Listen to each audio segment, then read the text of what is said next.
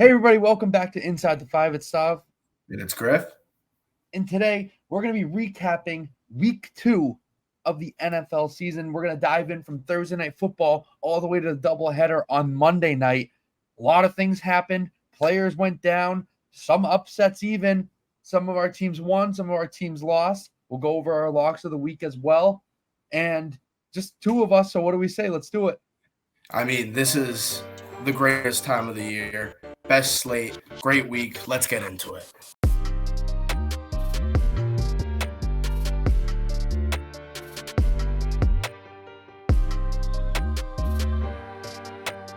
All right, everybody, we're going to be diving into the week 2 slate of games starting on Thursday night. We had a very good matchup turned out to be between the Minnesota Vikings and the Philadelphia Eagles, or was it? The Eagles still took them down, and there's been a lot of issues on that Minnesota Vikings squad, and it translates to their records. Stav, I mean, looking off this, we are obviously know what the Eagles are going to be doing this season, but I feel like I had a bit higher expectations for the Minnesota Vikings, and starting off 0-2, I mean, that's the worst it could possibly be. So where do we see this ball club going? Well, they can go in one of two directions, obviously. Early season struggles aren't really too uncommon, especially for teams with a new defensive coordinator and moving parts all around. They moved on from Thielen, who was a veteran presence in that locker room. So a lot of power dynamic has shifted in Minnesota, and we're starting to see a little bit of a power struggle in Minnesota right now. You know, I guarantee Justin Jefferson isn't happy there right now. Obviously, you're 0-2. You can't be too happy. Obviously, with the departure of Dalvin Cook, Alexander Mattison is expected to step into a bigger role, and he has yet to actually perform. So I expect the Vikings to pick up their play. I think that their offense is very good. They just need to get rid of the stupid mistakes. And Kirk Cousins played an excellent game on Thursday night, and no one's going to really talk about it. He threw for 4 touchdowns. He threw for over 300 yards, and he took care of the football. They had a few turnovers, which were caused by fumbles by receivers or Alexander Mattison. Pretty sure Mattison had 2 fumbles himself, and they had a fumble on the punt return. So it's tough to win in a hostile environment when you're turning the ball over consistently. That's what happened with the skill positions in the Minnesota Vikings, hence them falling to 0-2. Yeah, I mean, it's a team that's given up over 21, 22 points a game, and that's not good for an offense like this, who you're going to go out and expect they get 4 or 5 touchdowns in a game with how electrifying Justin Jefferson is. And obviously, honestly, how good Kirk Cousins is. He's a good ball player, and he went out there, he threw 4 touchdowns. Justin Jefferson hasn't gotten in there yet. It's just been a very tough start to the season for the Vikings. They need to get that run game going. That's what made them so effective last year. And even though Justin Jefferson's out there, I think he had 150 in the first game. He had 159 in the second game yards. And, I mean, he could open up that offense so much more if that run game was there and there was actually a chance of a real deep ball, because he's not going out there and getting the long touchdown grabs that he needs to do for this team to win. But on the other side of the ball, it's exactly what you would expect and then some. Devonta Smith, 4 receptions, 131 yards, a touchdown. A.J. Brown was upset with the amount of touches that he got in this game. Boo-hoo, you're 2-0. And DeAndre Swift had 28 carries, for 175 yards and a touchdown. Maybe the greatest game he's played in the NFL? Yeah, that I can remember. I think that's his most rushing yards in a game in the NFL. And I think his last performance, kind of similar, came 3 or 4 years ago. And I kind of want to talk about A.J. Brown a little bit here. That's selfish, what he did, because DeAndre Swift is dominating the game. Devonta Smith is dominating his matchup. It just so happened that you weren't getting the ball, but your team was dominating and your team was winning. And then when you started complaining, that's when Minnesota started to come back into this game. So if you're A.J. Brown, who I'm pretty sure is a captain of this Philadelphia Eagles team, that's not how captains should behave. Well, even if he's not a captain, that's not how veteran leaders should behave. I'm sorry you're not getting your 10 receptions and 115 yards and 2 touchdowns. Your teammates are dominating. Jalen Hurts was playing well. He had one bad interception. But DeAndre Swift had a career game. Devonta Smith almost had a career game. And what are you complaining about? Your team's winning. You're about to be 2-0. What are you complaining about? I don't like selfish play, and especially out of a team that's winning and you're demanding the ball too. You're winning with the scheme that's happening right now. If you're losing, okay, I guess things could be a little bit different. You know what I mean? Where it's like, all right, shit, we're down 21-0 right now, and I'm not getting the ball. I'm pissed off. That's how I would think of it. But you're up. They were up 27-7, right? Or something along those lines. They were up big in this game. Because AJ Brown was complaining at the peak of that. So I don't want to see what happens if they hit a lull in the middle of the season or they go on a 2-game losing streak. And if he's not getting his targets that he wants, what's going to happen with AJ Brown and this Philadelphia Eagles team? And this is what he signed up for. I mean, he knew where he was going, and this is such a high-powered offense. You think of guys, we mentioned DeAndre Swift. Not only is he on the squad now, but he had a career day, and Devonta Smith as well. And a guy that is a major part of this team and has been for years is Dallas Goedert, their tight end. And trust me, in the first 2 games, he hasn't done shit. I have him in fantasy, so I haven't seen him complain at all. That's obviously probably one of their captains. But I mean, no, you're right. This is just exactly what you shouldn't see from a veteran guy who's been around and has done as much as he's done. Yeah, it's annoying to see, to be honest. And I think AJ Brown's on Diva Watch, the Inside the 5 Diva Watch. AJ Brown. I like it. We can put. We'll go through other people this when we go through the rest of these games. There might be a few more names that pop up, but AJ Brown's number 1 on the IT5 Diva Watch. Yes. All right. Next game that we have on our slate, we have the Green Bay Packers traveling to Atlanta, in which the Falcons, very narrow victory. The Packers were up in this game as well, 24-12, and they just couldn't put the game away. This Falcons team is sneaky good, I think. They have their youth. I mean, I would say this is a young, not fun, exciting team. Like, they have their moments, but they're not really fun to watch. I mean, it gets pretty ugly out there. Bijan Robinson, though, the best part about him is that's when he thrives. I mean, he's fantastic to watch when the field is broken up and he can chop around, move around the field, go a little bit of east to west before he gets to that eventual point. He didn't find himself in the end zone this game, but 19 carries for 124 yards is fantastic against this Green Bay Packers defense. And both sides of the ball, I know you mentioned the Falcons, but the Packers on the same note with Jordan Love, a young quarterback, and they have guys like A.J. Dillon in this game because Aaron Jones didn't play. And, I mean, a guy that I've never heard of in my life, Dontavion Wicks, who only had 40 yards, led the team in receiving. I have no idea where he came from. His touchdown was insane. These are 2 teams in the NFC that are very young and could sneak into a wild card if they keep acting like this because they're putting up points. Their defense is doing just enough, and this was a perfect example for both teams of how evenly matched up they are. I want to say I got the line on the day of the game at 1.5 in favor of Green Bay. Yes. Okay. In favor of Green Bay, and I took them, and it wasn't good for me. Atlanta. Atlanta. I had 1.5 on Atlanta. Yeah, the line probably switched because Christian Watson and Aaron Jones got ruled out after we were. Yes, that's when I took it. I had them 1.5 though, and they won by 1 point. So what a spread. And I do. This is so quick. This has nothing to do with the game, but it kind of does. I heard somewhere people talking about how sports books are going to start using AIs and probably already have started using AIs to make this line. This is a game that makes me believe it. How did they know? The spread was 1.5 in favor of Atlanta when I took it, and they won by 1 point. I mean, they didn't cover the spread. They won the game, and they literally only had 1 point to work with.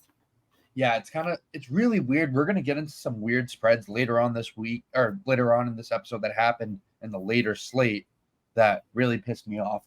But it's very weird how the lines are always perfect. Arthur Smith is a good coach. Yeah. He's doing a good job. I feel like there's not really much to say, though. Do you know what I mean? Where it's like, if this Packers team was like, I'm sorry, if this Falcons team was just like dominating, then I would be a lot more. Like, I mean, obviously, we're awake. It just feels like they're winning, but it's like nothing happens in those games that makes me feel, other than Bijan Robinson. Nothing in that. You know what it is? You know what it is? It's the quarterback. And that's what he got drafted to do, is just go out there and get the ball to the playmakers, which he really even hasn't been doing. Kyle Pitts had 2 grabs, 15 yards. Another guy on my fantasy team, on my other league, my 2 tight ends I've mentioned so far on this episode. Nobody cares about my fantasy team. But anyways, Jonnu Smith had 30 more yards than him. I mean, more than that, 40 more yards than him. It's embarrassing. He's Kyle Pitts. He was, the 5th pick in the draft? But you have Drake London, and you have Bijan Robinson, and even Mac Hollins, who graduated from UNC in like 2012, however old Mac Hollins is. He went out there and had a head top. He had a crazy catch stop. I don't know if you saw it, because our friend Stav, who will be breaking down the Patriots later, went to the game. But like, the quarterback, he's nothing to really talk about. He's not anything special, at least in my opinion. He's not going to go out there and make the big play. And that's why we're really not talking about this team. Well, the thing is, too, it's like there's not anything to talk about with them. Exactly. It's just, they had a last-second win against an all-right Packers team. But, there's not really much to say about the Packers either. The Packers are so injured at their probably 2 most important positions when you want to talk about Aaron Jones, who was their leading receiver last week, I think, and leading rusher. And then you had Christian Watson, who's their wide receiver 1, also injured. It's tough to really gauge where this Packers team is, but I still trust Jordan Love. I'm actually excited to see what he can do going forward for this Packers team. No, it's going to be exciting, and it was a fantastic spread. And I say we move on over here to the next game, where the spread got blown out of the water. Stav, you were the only person that took this spread. The Bills -9.5 against the Raiders. They ended up winning 38-10, and Josh Allen is back. It was a terrible start to the season. Nothing that we expected from Josh Allen. He came right back, threw for 3 touchdowns, had over 270 in the air, going up against Jimmy Garoppolo, who wasn't bad, I guess. Hasn't been bad the past 2 weeks. Yeah, it's just he's comparable to Desmond Ridder, where he's not going to win you a game, but he's not necessarily going to lose you it. He could, right, but he's not going to take that step to win you games. And especially with Devontae Adams being out, or getting ruled out halfway through the game, I believe, Jacoby Myers being out, your wide receiver 1's Hunter Renfrow, who's an all-right player. Josh Jacobs had -2 rushing yards, and you can't have that if you're wearing a single-digit number as a running back. You gotta at least give me 50. But that's one of the most fair takes I've heard on this podcast. Yeah, you can't have -2 rushing yards. And then to go back to the Bills, this was a scheduled win, if that makes sense. I feel like they didn't want to give the darling Buffalo Bills 2 hard games in a row after what was supposed to be what ended up being an excellent game. But with the going on the road to face the Jets and Aaron Rodgers' first game, they didn't want to give them another tough matchup. So they gave them the Raiders on the 1 o'clock slate at home, and they did their jobs and they took care of business. And Josh Allen played fine. I played excellent. I'm not going to lie. He always makes the stupid hurdles, or like he tries to do too much. He tried to jump over a guy that was jumping. Yeah. So it's like he's going to get himself hurt. And if I'm a Bills fan, I don't really want to see that, especially this early in the season against in Vegas Raiders. This isn't even a divisional game. This isn't a rivalry game. You're going to win that game. You don't need your quarterback hurdling safeties trying to get an extra yard. I don't know. Right. And I think that one of the biggest things that is going to be huge for this team this season, and we kind of saw a glimpse of it in this blowout, is the running attack. James Cook came out there, ran for 123 yards. Damian Harris went out there, got a few first downs, got in the end zone, and then Latavius Murray as well. We want to talk about some old people in the league. I didn't even know he was on the Bills. But, I mean, talking about the people that run on the Buffalo Bills in the past few years, all we've really mentioned is maybe Devin Singletary, but we're talking about the quarterback, Josh Allen. We've talked about how elusive he is, how much he does escape the pocket, how much he passes that line of scrimmage, and he only ran 3 times in this game. And that's going to be huge for this team. You're talking about his health. And when he goes out there, you expect nothing but 110% from him because that's all you've ever seen. So if you can limit the amount of times that he has to be on the move, because you can have guys like James Cook and Damian Harris get those chunk plays on the ground, that's going to be huge for this team going forward. It's going to open up a lot, and it did in this game for Gabe Davis, especially Stephon Diggs and the rookie Dalton Kincaid. Those were their top 3 receivers in this game. I mean, this was a textbook, scheduled, perfect, I would say almost flawlessly executed win by the Buffalo Bills. Yeah, they did what they were supposed to. My opinion on this team isn't really swayed one way or another. They struggled against the Jets. We'll see how they do against better competition. That's kind of where I'm at with them right now. All right. The next game on the slate was another game that we were all wrong with this. We had the Baltimore Ravens. We all had the Bengals beating the Ravens at home, and it didn't happen. The Ravens came out and dominated. And what's going on? I mean, what is going on with this Bengals team? I mean, a whole bunch of crap. I mean, it's been a tough first 2 weeks to open up their season. And they're the only team in the AFC North that hasn't won a game. And this is, I think both me and you had them at the top of the AFC North going into the season. And 0-2 has happened before. And we've seen it before. And we've seen teams get off to a slow start and pick up. And you'd expect it from this team. They haven't been able to get to the run game going because they've had 2 very difficult matchups to begin the season against the run. And we saw it in week 1 against the Browns. Terrible conditions to get the ball in the air. It just almost wasn't possible. They kind of tried to do it this game. Actually, they did try to do it. I wouldn't say it was too successful. They threw the ball 41 times. Burrow threw for 222, had 2 touchdowns, threw a pick. I would say, I mean, that's just like an average stat line. I would want to see a little bit more after a week 1 loss from Joe Burrow than what we saw. What we saw on the other side of the ball was how we're going to expect the Ravens to play, in my opinion, at their best all season.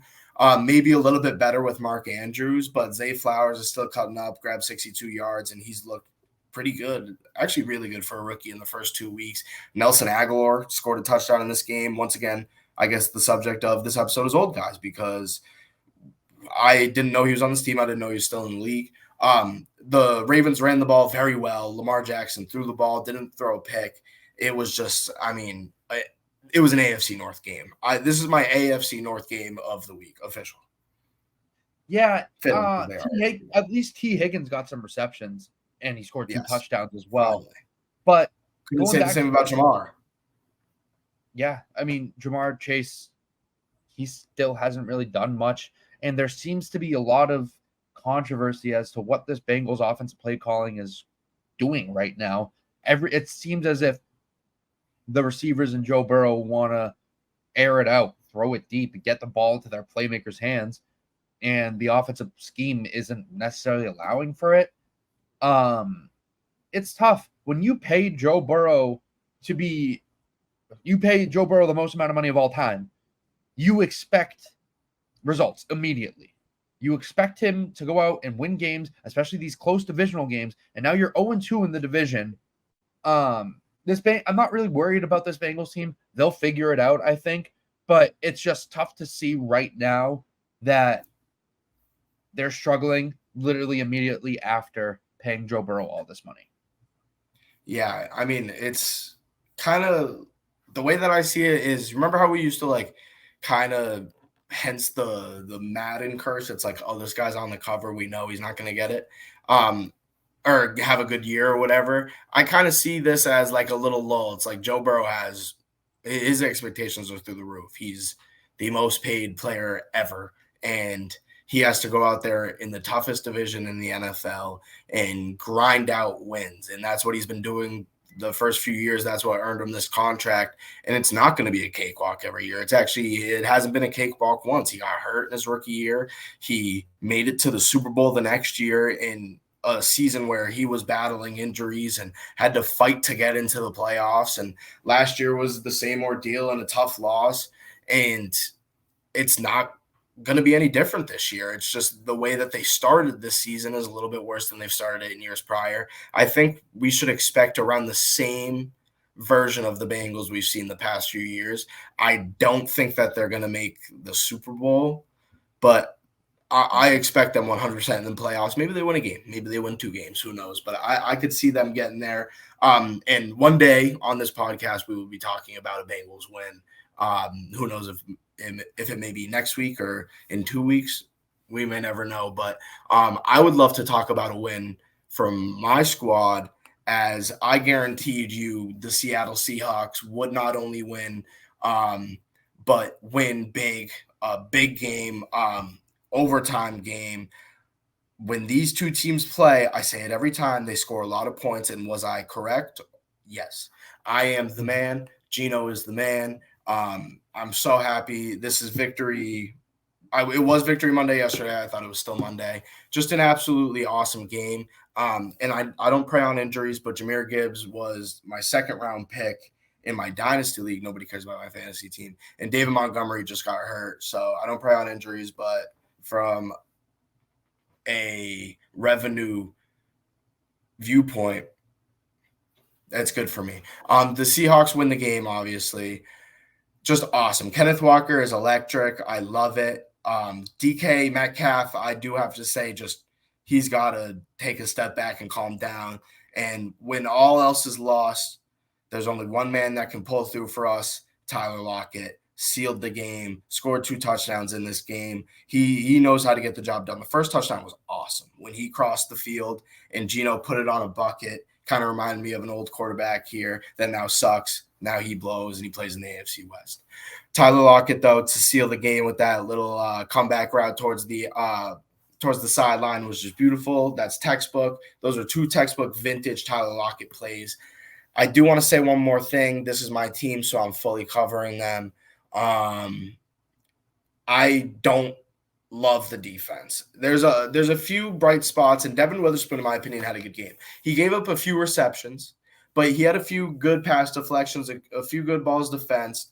But Tariq Woolen going down with an injury, Kobe Bryant looking like he has no idea what he's playing out there, and when in doubt, Bobby Wagner to seal up the run. It's just a foolproof plan. It's been like that for years. I'm so happy that he's back. That's all I got. Yeah, I really don't have much to add to that. I think you talked about everything perfectly. Let's move on. Yes. Let's move on to the next one. All right. I think it's time that we talk about if we're still a bolt up podcast, because this team fucking blows. This team it's too thick and thin, though. Because we started in the thin, so why would we leave when it got thin again? Well, I'm saying from my perspective, as a member of the podcast who joined after it was declared that we were a bolt up podcast, I was on board for a little bit, like for certain games, but like this team just never does it for me. And I feel like they have a lot of problems that can't be addressed during the season, if that makes sense. I agree. This is a Chargers podcast. It's written in stone. That's fair. But you don't have to root for him, but at the end of the day, it is a bold podcast. You don't have to be a fan, but it is a bold podcast. I'm a Seahawks fan. I'm like, if the Chargers lost, my heart's not broken, but it is. I'm gonna cut that out. The Chargers fall to the Titans on the road in overtime. This was one of the games that really didn't pique my interest. Justin Herbert does his thing. He consistently does his thing. Eckler was out. Joshua Kelly really couldn't pick up the slack. No. Keenan Allen does his thing too. It's just I hate to see these highly paid players not make big plays. And that's what we're going to continue to see with JC Jackson. Khalil Mack is old as fuck. And Joey Bosa is just never, he's not making plays. He's Yeah, not I making saw him plays. in the backfield. I saw him in the backfield once in this game. I saw Khalil Mack in there a couple of times in the second half after I didn't even notice him on the field in the first half. Derwin James is the only person out there doing anything. Kenneth Murray hasn't been terrible to start the season, but Yeah. this defense is one of the worst products that we've seen the Chargers put out in a few years, and there's a lot of reasons for it. They've been just trying to keep their guys, and they can't. They have to know when to move on. Khalil Mack, like you said, is old. I mean, it's about he's ran his course. We tried to do a little thing with him. I don't think that we should keep him, especially if we have Joey Bosa. We have that guy that can go out there. And then there's other guys like Sebastian Joseph Day who have been forced into a D tackle spot who I could see get moved out to the side here and there if they were to get rid of Khalil Mack in the long run. There's just a lot of different things that they could have done in the offseason to increase that defense. And I'm not a big fan of the coaching over there either. They're so focused on that offense and they're so focused on how analytically sound they should be on offense that they don't give a shit about anything else. They don't care about the heart part of football. They're all about kind of the numbers. And Heim Bloom should maybe be their general manager if that's how they want to continue going through this course, because this is pretty much the Boston Red Sox. It's embarrassing, but this is what it is. They're 0-2. They're going to end the season maybe with 9 wins, maybe 10, maybe 8. And we're going to be like, oh, damn, like another down year for Justin Herbert. He could have won MVP this year. He has all the weapons. And what's his name? Quentin Johnson didn't do anything in this game, and he's not going to do anything all year. It was a terrible pick by them, and we all knew it. He's awful. He stinks. He always stunk. And he played in the Big 12 and was only good because Max Duggan had more heart, which the Chargers don't care about. So this is why the Chargers suck.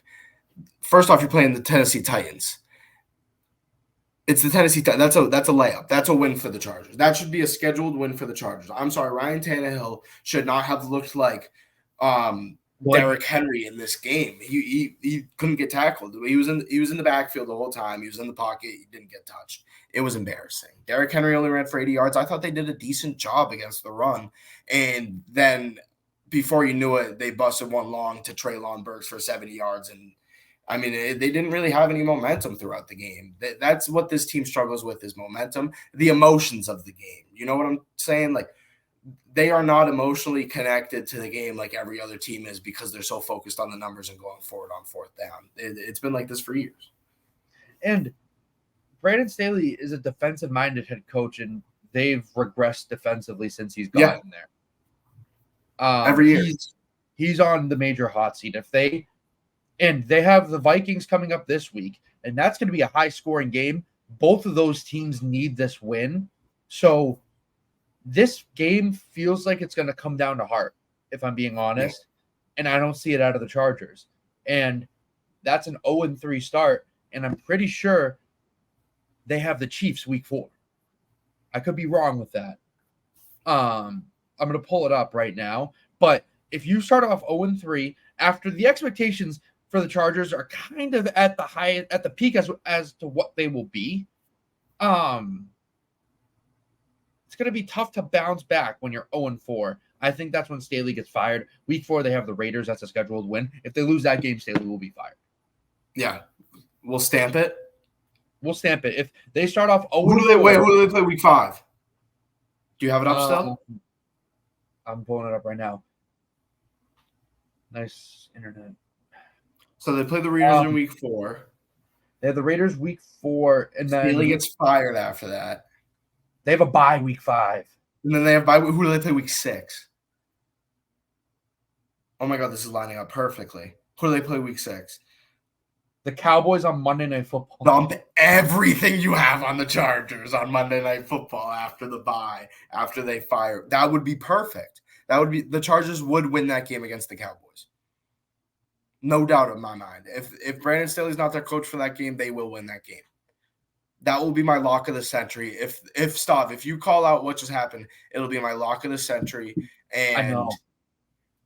It's gonna hit. They're gonna fire him going into the bye week. They have an early bye. Oh my God. If that happens, we have to clip this and date it and put it on socials because that'd be a crazy shout. No, But it could happen, and they will. I'm not saying cover the spread. I'm saying money line. They will win that game.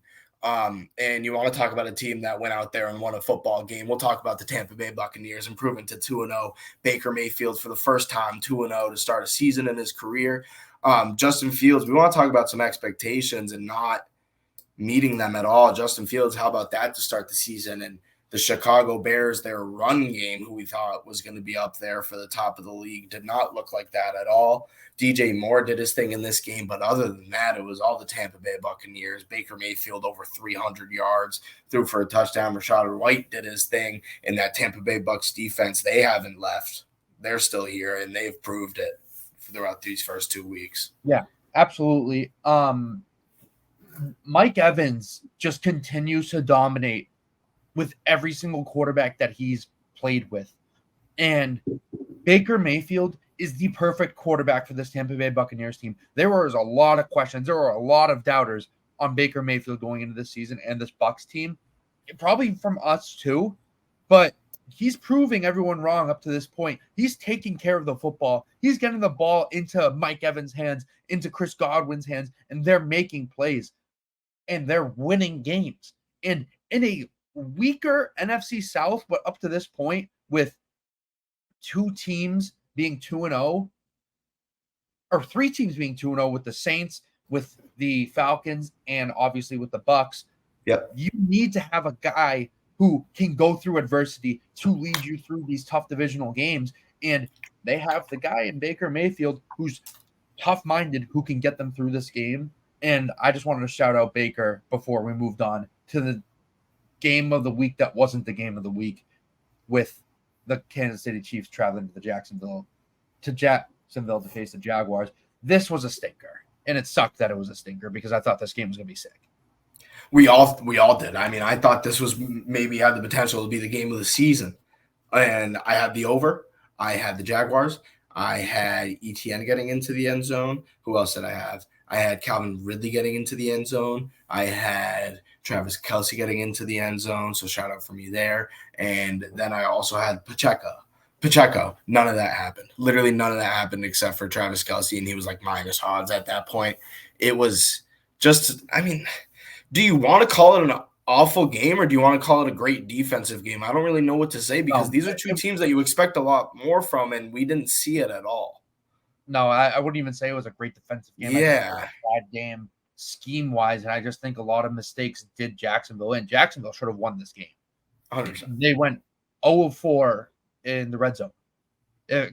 People sometimes count field goals as red zone wins, but when you're facing the Kansas City Chiefs, you're not going to win by kicking 3 field goals in 4 red zone possessions and not converting on one of them. That's what did the Jaguars in, and they couldn't really do anything after that.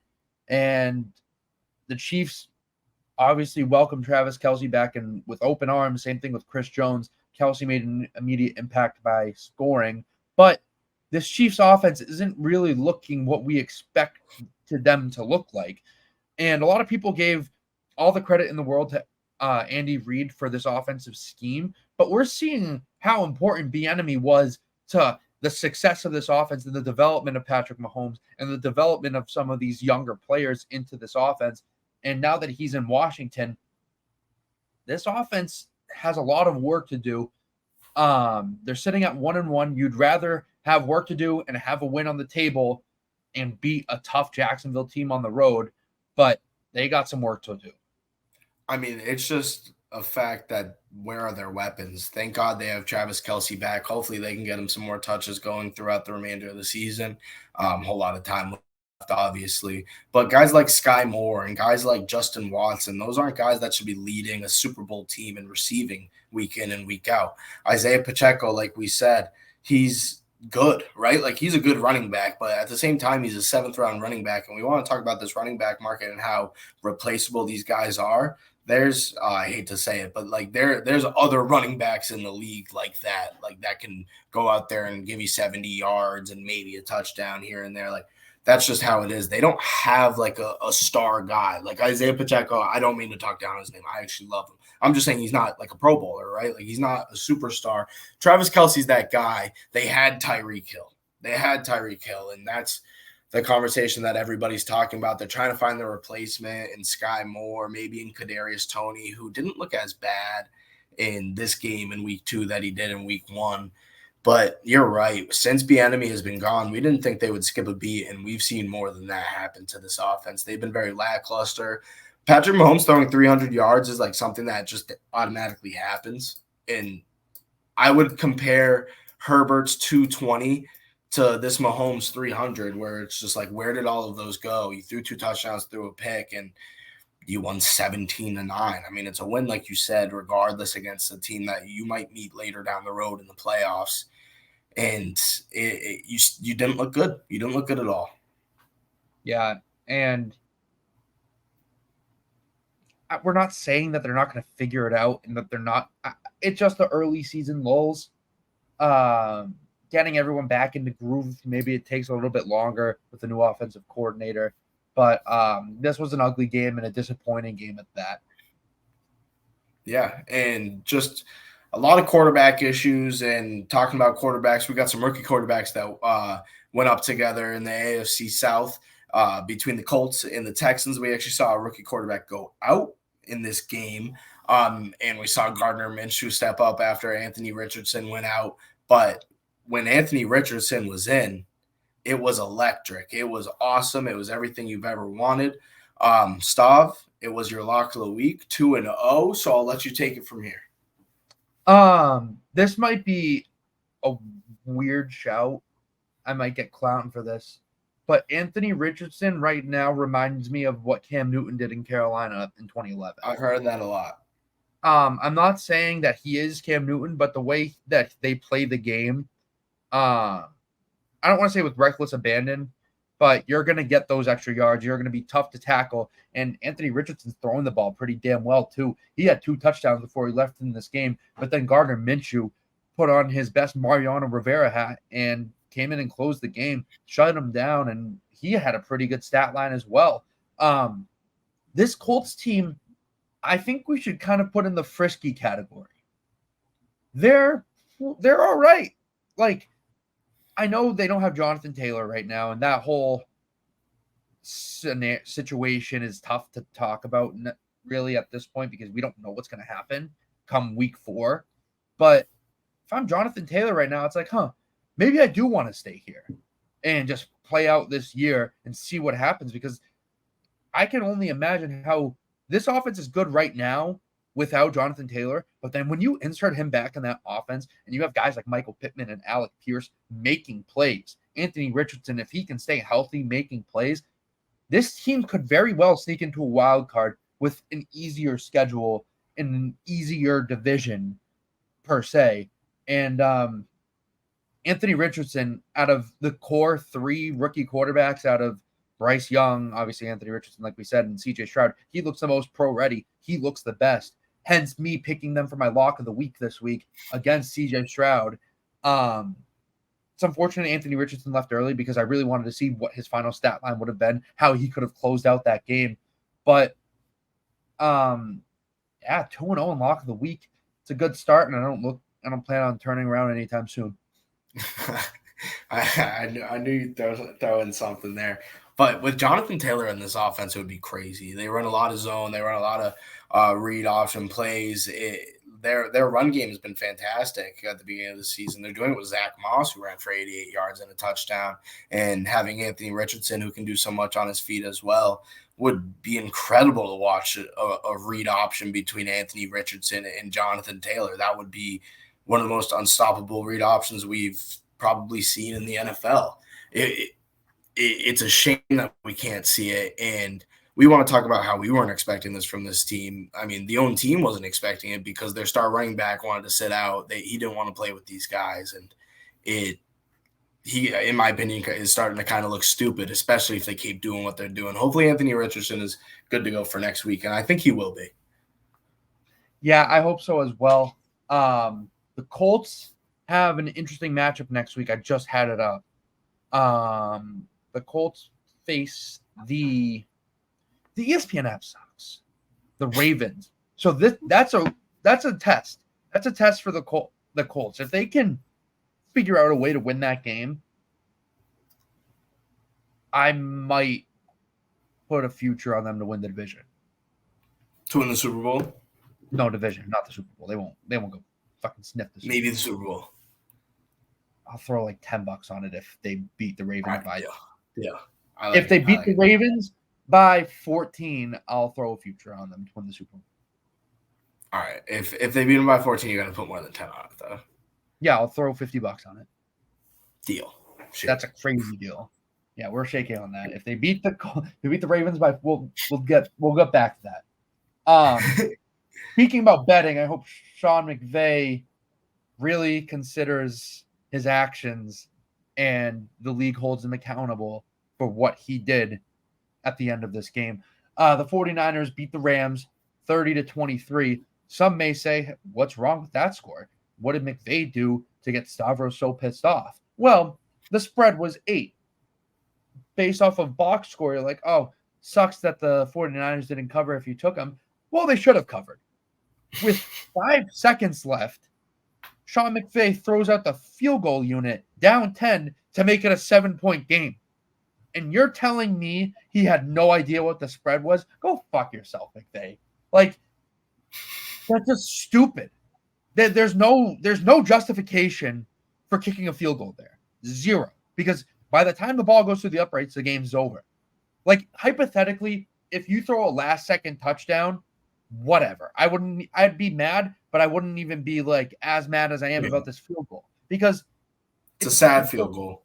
Why are you kicking a field goal down 10 to make it a one possession with no time left? What are you trying to like go down 7 for? You fucking asshole. Anyways, Puka Nacua has been setting records in the first 2 weeks of the season. He's been someone that's been awesome to watch. I looked up a little bit into his story. He started at Utah, which if he carried on and played all 4 years at Utah and did what he did here, that team would have been disgusting the past 2 years. But he ended up transferring to BYU, where he gained a little bit more success after COVID, and he kind of just took off from there. He was a 4th rounder, I think, this past year to the Rams, and when Cooper Kupp went out, he was the 3rd string wide receiver. He was barely getting in there, and comes out in week 1, does his thing, comes out in week 2, adds on to that, and out there setting records. I think he had like 20 up in the upwards of the 20s receptions in the first 2 games. It's insane. It's kind of like how I was with assists in 2K last night. But I mean, it's been great to watch. He's been very exciting. He just like gets open. He doesn't really do much with the ball when he gets it. When he has a little bit of space, he has a little bit of a bag, but other than that, it's just getting open, and that's what he does. His longest reception was 20 yards, but you grab 15 grabs for 147 yards is very good. Yeah, he did his thing. He's obviously, like we said, he's setting records, which is just very unexpected out of Puka Nacua. And on the other side of the ball, the team that won the game, the 49ers, are just continuing to prove why they are supposed to be the best team in the league. This 49ers team is just awesome. And Brock Purdy missed a lot of throws as well. So this team still put up 30 points. Christian McCaffrey did his thing on the ground. He was rushing. He had a big rush, 50 yards. Deebo Samuel got in the end zone. This team is fun. This defense is great. They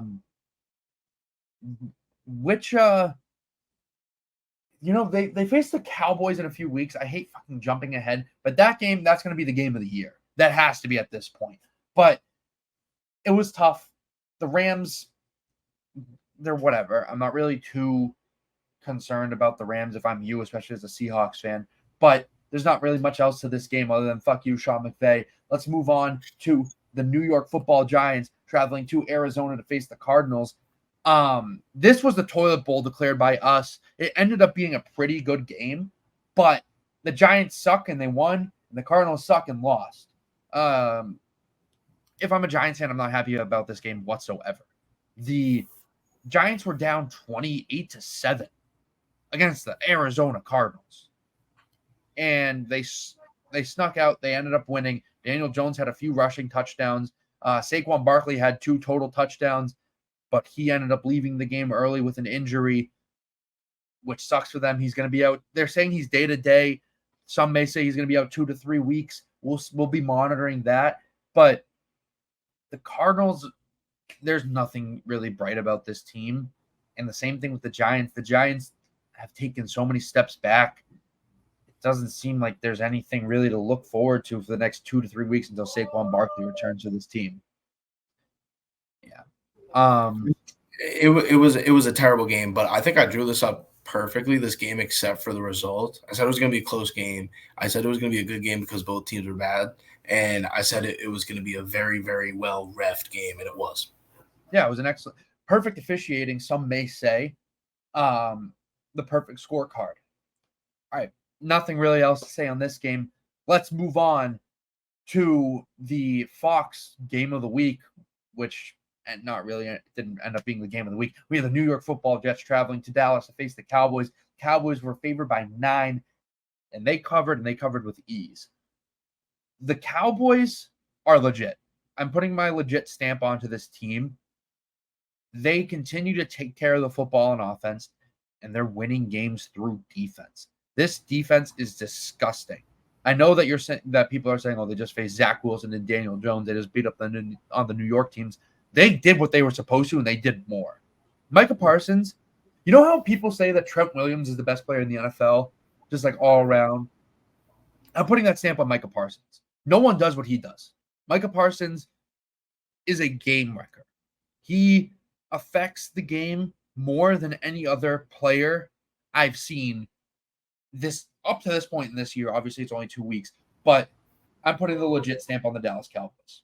I mean, he hit the quarterback 6 times. He grabbed 4 tackles, had 2 sacks, and 3 tackles for loss. That's, I mean, how are you going to win a football game? How are you going to put up points if one person on the defense is doing that? What he does is insane.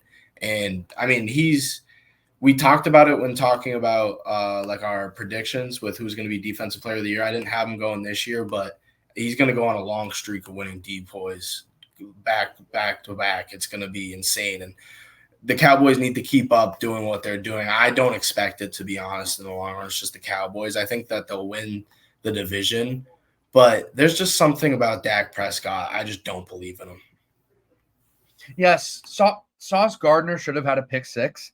He ended up dropping it. But, I mean, if Dak's taking care of the ball, this defense is good enough to carry that team, and they have enough skilled players around them as CeeDee Lamb, Michael Gallup, Brandon Cooks when he's back, Tony Pollard, Deuce Vaughn got a lot of reps as well.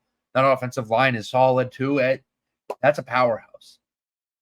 All right, next game. Washington Commanders traveled to Denver to face the Broncos. Broncos suck. Your favorite team, Griff, your favorite quarterback. Yep. You love Russ. You let him cook. That's why I was the only one that gets this game right. It's true. What's wrong with this team? The first half, Russell Wilson and the Broncos look great. Week 1 and week 2, and then the second half comes and they fall apart. And they lose to an inferior team in the Washington Commanders. The only thing that I do want to mention about this Washington Commanders team is how good the defensive line is.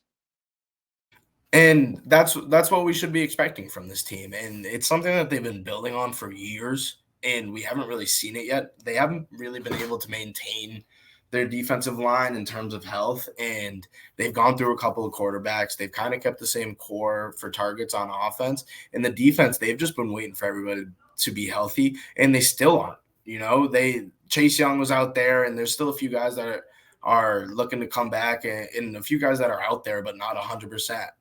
And Sam Howell's just going out there and winning football games. It's kind of fun to watch him play, especially with Brian Robinson in the backfield, taking over as that premier back.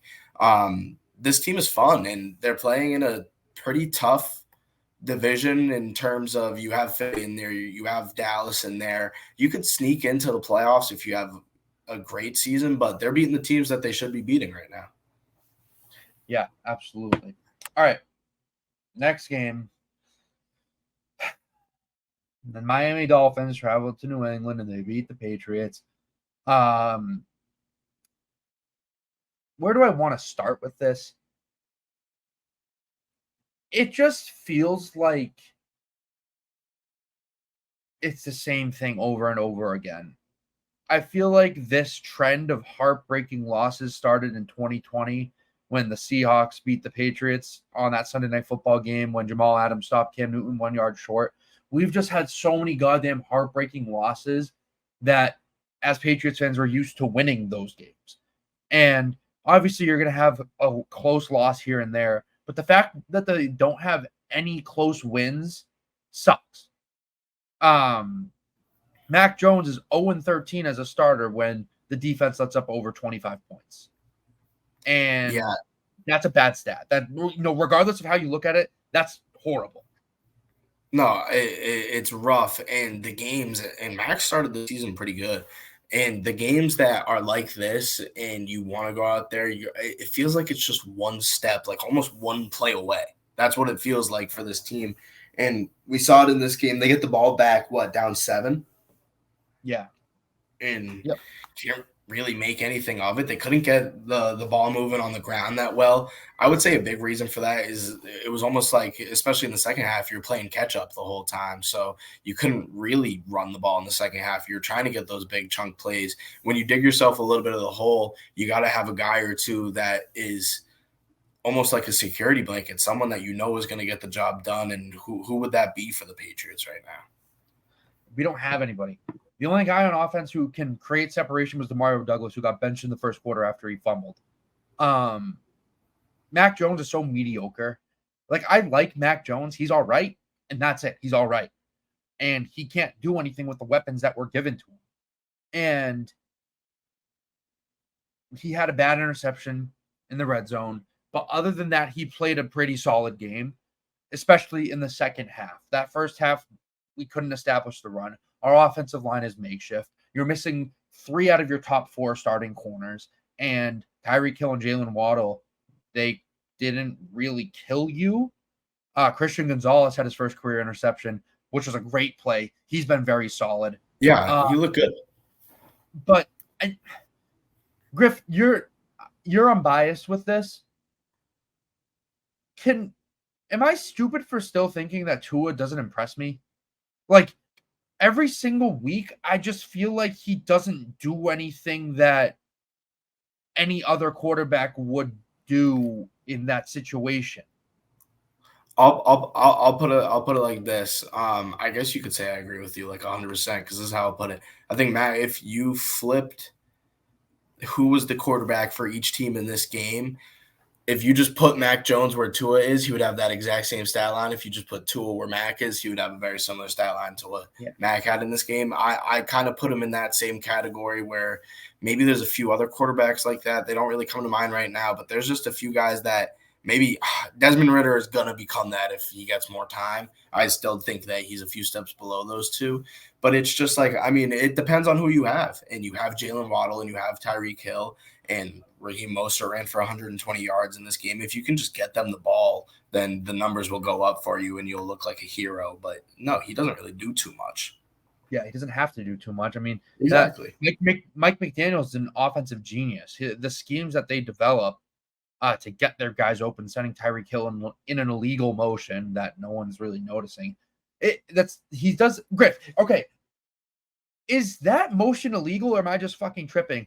I thought you were not allowed to bend your motion before the snap. I thought it was. Did they call it illegal motion or was it? Are you sure it was illegal motion or was it illegal? Never called it. Or they didn't call it. They never call it on Tyreek Hill, but every single play when he goes in motion. Oh, when he kind of like curls it. Yeah, I thought you're not allowed to do that. That's the CFL rule. Yeah, it's more of like I guess it's a judgment thing where it has to be like a full step. So like if he starts the turn and then it's it's quick. I mean, it depends. He's the quickest guy on planet Earth, so it's kind of like hard to judge him. If he took like 2 or 3 like solid steps, kind of think about it like a travel. Yeah, like you got a little bit of his euro in there. If he took a few more steps and made it real blatant, they would call it. But other than that, they let things slide. They have been in the past few weeks. They've been letting things slide in the NFL. Yeah, except when it comes to first downs. Yeah, they hate first downs. I really don't even want to talk about that just because it's like you don't have to. We can move on to my lock of the week. Yeah. Yeah. Let's talk about your where line. I Which mean, was that was an all-time text. I thought that I was sitting there. dude, I thought I had it. Because I put a lot of money for my units, a lot of money on the Saints -2.5, and I thought that's what I took it on the podcast. I usually take whatever numbers I have, I'll adjust it if it changes. Or if it gets harder for me, I'll take it so I can keep those odds. But I had them at 2.5, so I was like, oh, I thought they were just 2.5, and I hit the bet. So I texted, I was like, oh, let's go. Like, that's my lock of the week. I just hit it. So that was what I was basing it off of. But the spread was at 3. They ended up pushing the spread. They won 20-17. I'm 0-1-1 on lock of the weeks, and it's not a loss. It's not a loss. So I guess, I'm on pace to win next week. Yeah, that's what's important. I want to talk about paces. I'm about to be the 1972 Dolphins, and was about to be the 2016 or 17 Cleveland Browns. Yeah. Will's 0-2 with the Chargers, but the Saints still went out there. They won the game. The spread, they covered the spread. They won this game. In my opinion. There is never a doubt. The Panthers ended up. Yeah, they scored 11 points in the fourth quarter. They covered the spread. Woohoo! Let's move on to this next game. In the final game of our beloved week 2, 2 Monday Night Football games. We got one between the Browns and the Steelers, and I mean, this was just this is my AFC North game of the week because it was just a shit show the whole time, in my opinion. I hated sloppy. It was sloppy but good defensive football. The Steelers defense was flying around. They made a lot of great plays. They scored 2 touchdowns, intercept a pick 6, and they got a fumble recovery that ended up winning them the game. Yeah, it was just kind of sloppy. And if we want to talk about the highest paid quarterbacks, when you give Deshaun Watson the most guaranteed money of all time, and he goes out and he really has not played well in his first 6 games or so for Cleveland, he's done terrible. So they got to figure it out. And Stefanski's on the hot seat too.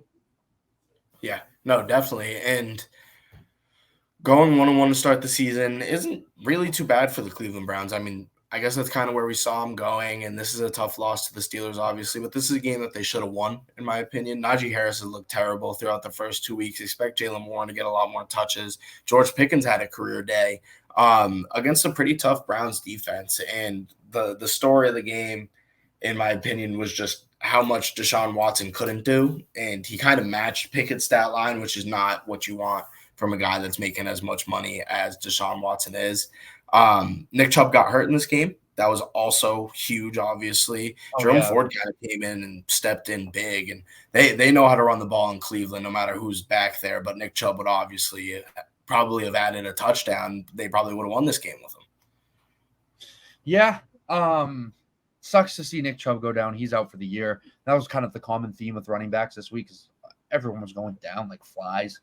It's unfortunate. I hate to see stars in the league go down, and especially with the recent news about running backs, it's tough to see. And Kareem Hunt is actually visiting the Browns right now. I wouldn't be surprised if they ended up signing him back today, hence me using the waiver claim on him.